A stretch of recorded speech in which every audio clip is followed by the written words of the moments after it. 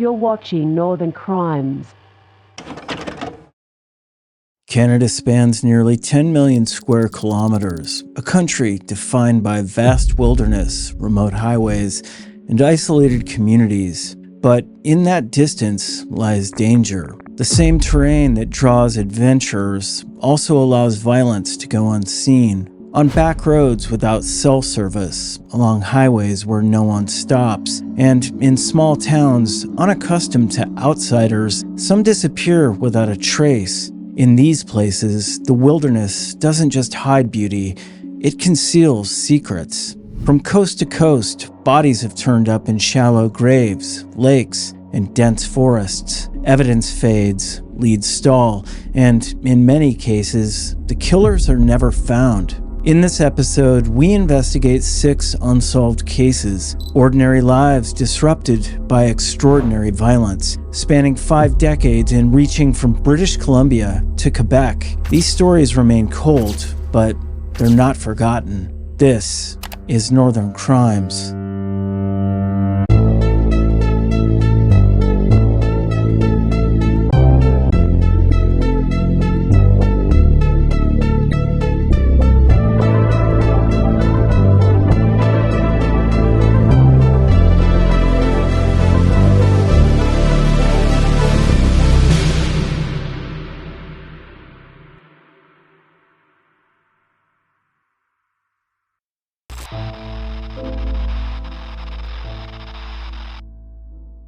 On September 15, 1971, 29-year-old Mary Ann Plett gave her 8-year-old son Nelson a kiss at breakfast and headed off to work at Graham Realty in Edmonton, Alberta. It was the last time he would ever see his mother's smiling face. By evening, Mary Ann had vanished without a trace, launching one of the largest searches in Alberta's history and leaving behind a mystery that haunts investigators more than 5 decades later.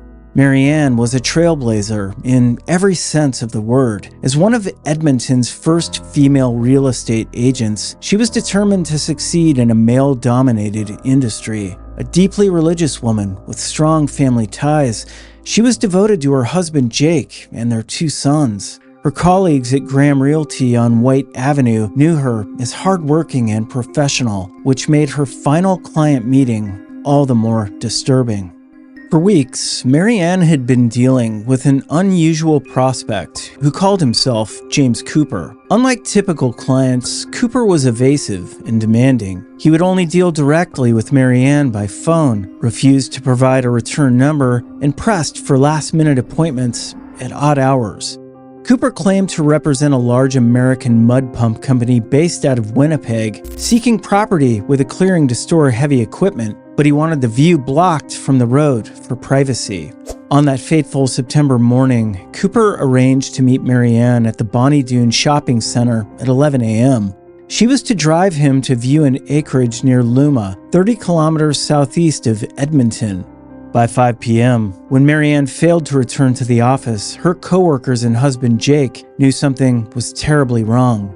The search began immediately. Police combed the Luma property, but found no trace of Mary Ann or the mysterious James Cooper. Then, around 11 p.m., Jake spotted Mary Ann's green 1970 Pontiac Laurentian slowly driving past the office with a male driver behind the wheel. By the time he and the coworkers gave chase, the car had vanished into the night.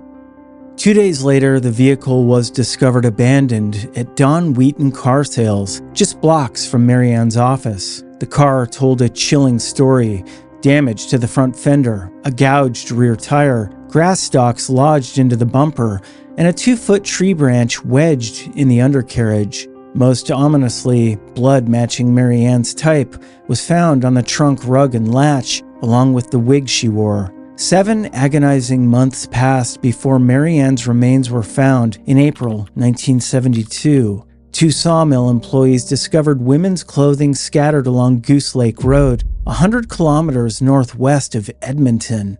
A search revealed a watch given to Mary Ann by her mother, along with the top portion of a human skull and part of a femur, identified through dental records as Mary Ann Plett. The cause of death remains unknown. The case devastated the family further when Jake, who had tirelessly worked to solve his wife's murder and even wrote a book titled Valley of the Shadows, died in a 1978 plane crash in Cranbrook, BC, along with 40 others.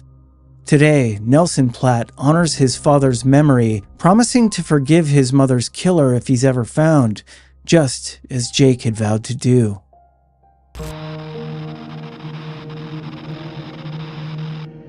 On Friday, November 3rd, 1978, 19-year-old Theresa Allore disappeared from Champlain College, Lennoxville, in Quebec's eastern townships. What began as a missing person case would evolve into one of Canada's most enduring mysteries, a story of systemic failures, family determination, and a brother's decades-long quest for justice. Theresa was a vibrant college student with shoulder-length brown hair and a love for David Bowie. Standing 5 feet 5 inches tall, she lived in a dormitory residence in Compton, about 15 minutes from the main campus. On that fateful Friday evening, friends invited her to join them for weekend activities, but Theresa declined, saying she planned to study instead. The last confirmed sighting placed Theresa at her residence around 9 p.m. She'd promised to meet 2 friends later that night, but never showed up. When she failed to appear for her usual activities the next day, concern began to mount among her classmates and dormitory staff. What happened next would haunt the Allore family for decades. Police initially dismissed Theresa's disappearance, suggesting she was simply a runaway, a common assumption that would prove tragically wrong. The lazy attitude of both college officials and investigating officers meant crucial early hours were lost, evidence potentially destroyed, and leads never pursued.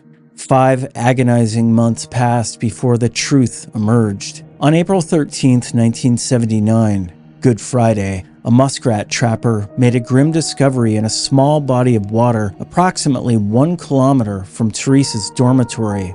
Her body was found wearing only underwear, and the condition of her remains suggested she'd been murdered. Even then, authorities failed Theresa and her family. Police initially suggested she might have died from a drug overdose, perhaps with assistance from fellow students. This victim-blaming approach would characterize the investigation for years, with officials more interested in protecting the college's reputation than finding Theresa's killer. The case might have remained buried in bureaucratic indifference, if not for the determination of Theresa's younger brother, John Allore. Though only 14 when his sister disappeared, John would grow up to become her most dedicated advocate. In 2002, he enlisted investigative reporter Patricia Pearson, who produced a series of articles for Canada's National Post that presented compelling evidence that Theresa was murdered. John's investigation revealed disturbing patterns. He identified potential connections to other unsolved cases, including the deaths of Louise Camerand in 1977 and 10-year-old Manon Dubé in March 1978. Geographic profiler Kim Rosmo, then an FBI consultant, supported the theory that a serial predator may have been operating in the Quebec region during the late 1970s. The family's advocacy led to significant changes in Quebec's justice system. In 2004, largely due to John's lobbying efforts, the Sûreté du Québec created its first cold case unit. In 2019, Montreal police established their own cold case squad, again influenced by the Allore family's persistent efforts. Tragically, John Allore died in a bicycle accident in March 2023, never seeing justice for his sister. His book with Patricia Pearson, Wish You Were Here, suggests that failures in the system allowed a serial predator named Luc Grégoire to operate freely in 1970s Quebec. Today, Theresa's case remains officially unsolved, but her brother's legacy lives on in the cold case units he helped create.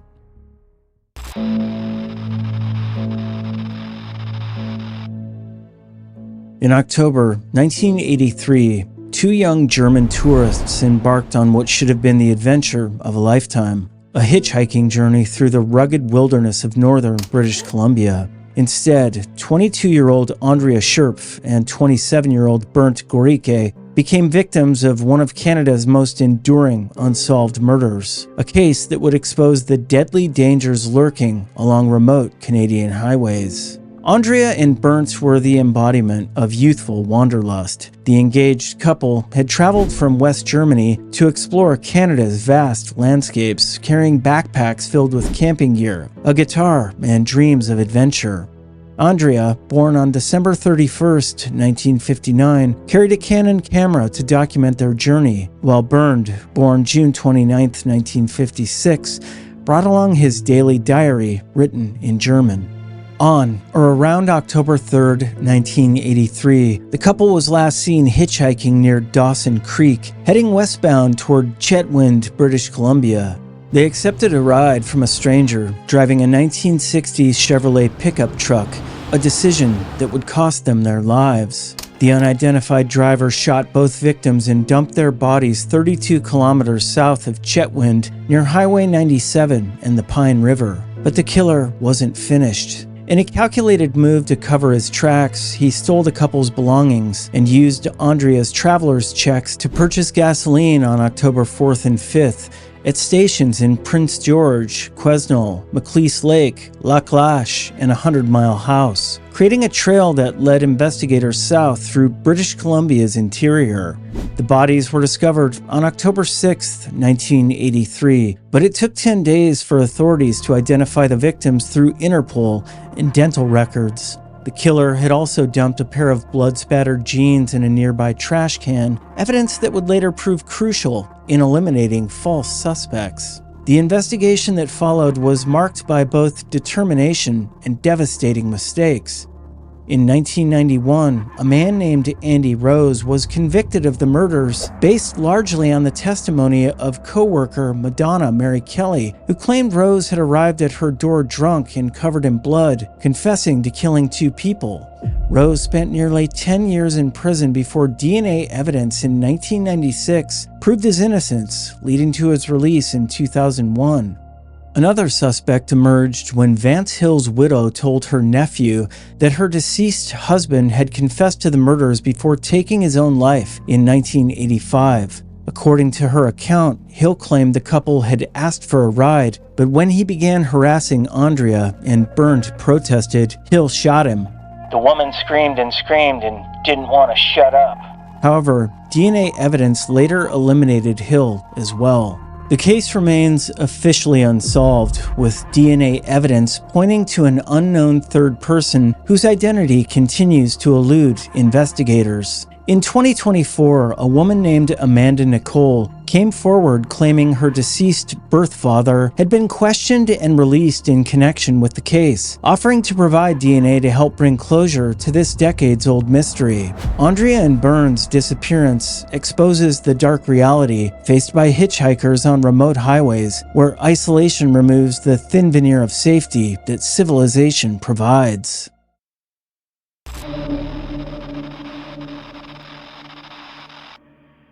In the early hours of a summer morning in 1991, a young Indigenous woman vanished into the night along Logan Avenue in Winnipeg. By dawn, she was gone, and nearly a month later, her brutalized body was found near a riverbank, hidden among wooden beams. Her name was Glenda Morrisseau. 19 years old, a student, a sister, a daughter. Her disappearance would become one of the many haunting chapters in Canada's ongoing crisis of violence against Indigenous women. Glenda was originally from the Saugeen First Nation, but lived with her mother and stepfather in Winnipeg. She was attending R.B. Russell School and, by all accounts, carving out a hopeful future. On July 16, 1991, she spent the evening at the Stock Exchange Hotel with friends and her brother Mitchell. They played pool, had a few drinks, and then she left with others. That was the last time her family saw her alive. Around 2:30 a.m. on July 17th, witnesses reported seeing Glenda hitchhiking along Logan Avenue. She was picked up by a man driving a dark, older model station wagon, possibly with light yellow seat covers. The driver was described as middle-aged. That small detail would later take on chilling significance. For the next 3 weeks, her family searched, pleaded and waited. On August 7th, 1991, a grim discovery was made at St. Boniface. A worker stumbled upon a partially clothed body in a field used for industrial storage near the end of Yeovil Street. It was Glenda. The scene was brutal. Her body showed signs of extreme trauma. Her jaw, cheekbones, and eye socket shattered by a large, blunt object. She wore only a t-shirt, jacket, and socks. Her lower body was unclothed. The level of decomposition suggested she'd been left there for some time. Investigators believed she was killed elsewhere and dumped at the site, possibly in the vehicle she was last seen entering. Today, the area has been redeveloped into housing, but at the time, it was remote, accessible only to someone who knew that terrain. That detail led police to suspect the killer had ties to St. Boniface. The case remains open. Despite early leads and continued efforts, no one has ever been charged with Glenda's murder. In 2017, her story was featured in APTN's Taken, a series spotlighting unsolved cases of missing and murdered Indigenous women. But the mystery persists and justice has never come. Her brother, Mitchell, still struggles with the silence that followed Glenda's death. She was a Native woman, and they don't really care about what's happening with her. For the Morrisseau family, the pain didn't end there. Years later, Glenda's niece, Kelly Morrisseau, would also be murdered, becoming part of the same devastating national pattern. Glenda Morrisseau's life was more than a statistic. She was loved, she was full of promise, and more than 3 decades later, her story remains a solemn reminder of how many voices have gone unheard.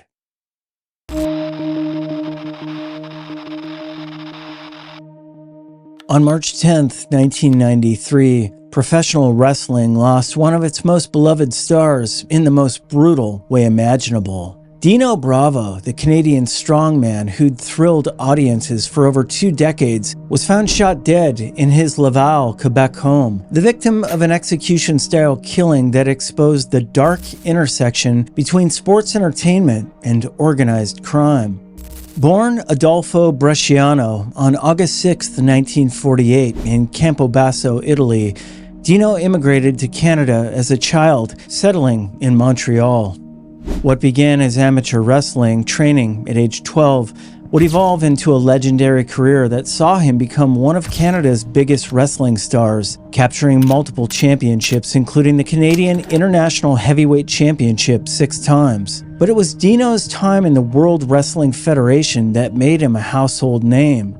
Wrestling fans remember his infamous world record bench press attempt at the 1988 Royal Rumble, where he claimed to lift 715 pounds with help from Jesse the Body Ventura. Playing the role of Canada's strongest man, Dino became a heel character who wore the fleur de lis and was managed by Frenchie Martin, who carried signs reading, "USA is not okay." Behind the theatrical persona, however, lay a man struggling with financial pressures.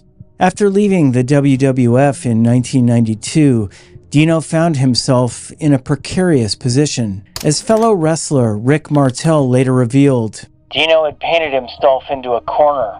He tried to stay in the WWF, but Vince didn't want to have him back. Dino liked the high lifestyle. He had a sports Mercedes. He had a big home. And suddenly, wrestling was over.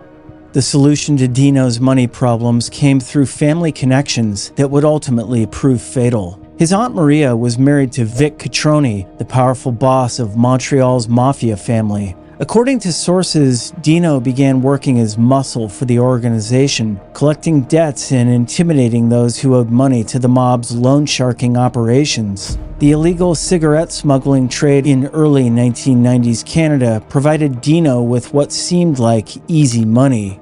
Working with Indigenous groups who controlled river crossings, he developed a monopoly on moving untaxed cigarettes across the border. But when cocaine dealers wanted in on his operation, everything went wrong.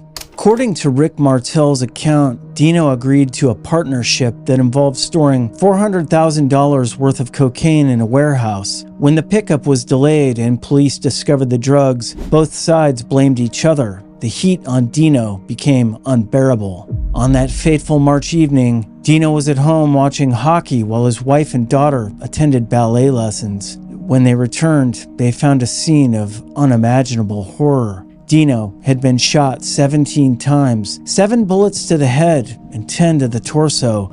There were no signs of forced entry, suggesting he knew his killers. The remote control was found loose in his hand, indicating he never saw the attack coming. As investigators noted, if someone is shot from the front, they tense their muscles and grip objects tightly. The loose remote meant Dino was shot from behind while relaxing. Nearly 3 decades later, Dino Bravo's murder remains officially unsolved, a chilling reminder of what happens when the world of entertainment collides with organized crime.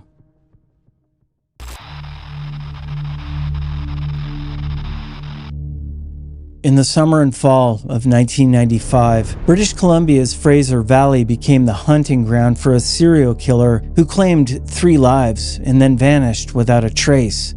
Within just 2 months, 3 women were found murdered in remote areas, their bodies bearing the same horrific signature. Nearly 3 decades later, their killer remains free, and their case stands as a haunting reminder of justice denied.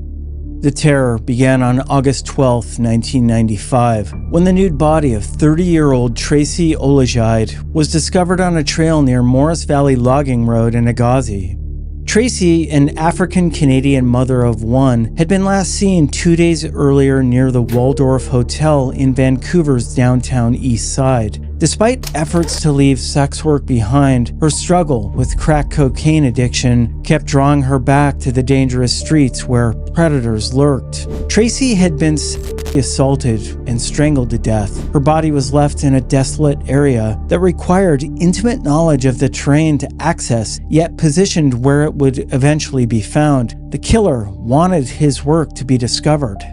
3 weeks later, on September 2nd, the pattern repeated itself. 24-year-old Tammy Pipe's nude body was found in the middle of a remote side road north of Lafitte Highway, leading to the Mount Woodside hang glider launch area. Tammy, an Indigenous woman who dreamed of becoming a professional dancer, had been last seen on August 29th at the Cobalt Hotel on Main Street in Vancouver. Like Tracy, Tammy had been assaulted and strangled. Red paint flecks found at the scene suggested the killer drove a damaged red 4x4 vehicle, something capable of navigating the rough terrain where he dumped his victims. The final confirmed victim was discovered on October 21st, 1995. Victoria Younker's nude and partially decomposed body was found 25 feet down an embankment off a dead-end logging road on Sylvester Road near Mission. The 35-year-old white woman had been missing since September 11th, where she was last seen at social assistance offices on Hastings Street. Forensics determined she'd been dead for at least 30 days before being discovered. All 3 women shared tragic commonalities. They were involved in survival sex work in Vancouver's downtown east side, struggled with drug addiction, and were found nude, assaulted, and strangled in remote Fraser Valley locations. The proximity of the disposal sites and the identical modus operandi left no doubt a serial killer was stalking vulnerable women. Investigators theorized the killer was familiar with the area, possibly a logger, fisherman, hunter, or someone connected to a nearby work release program. Evidence suggested he wrapped victims' bodies in weathered yellow rain gear during transport, then removed it before disposal.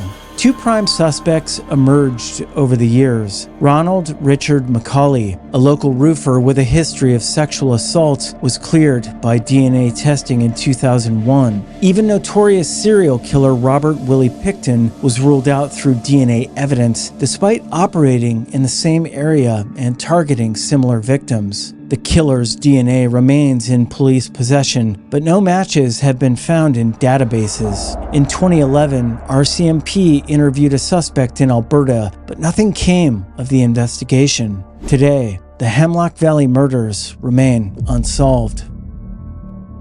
Across provinces and decades, these cases share a painful common thread: lives lost, families shattered, and justice delayed. The passage of time has faded headlines and thinned evidence, But the questions remain unanswered and unresolved. In each story, there are names, not just statistics. Theresa, Mary Ann, Glenda, Andrea, Bernd, Dino, Tracy, Tammy, and Victoria. Their stories are not closed. Their killers, in many cases, still walk free. As the years stretch on, hope may grow dim, but it hasn't disappeared. Cold cases don't die, they wait, and someone, somewhere, knows the truth.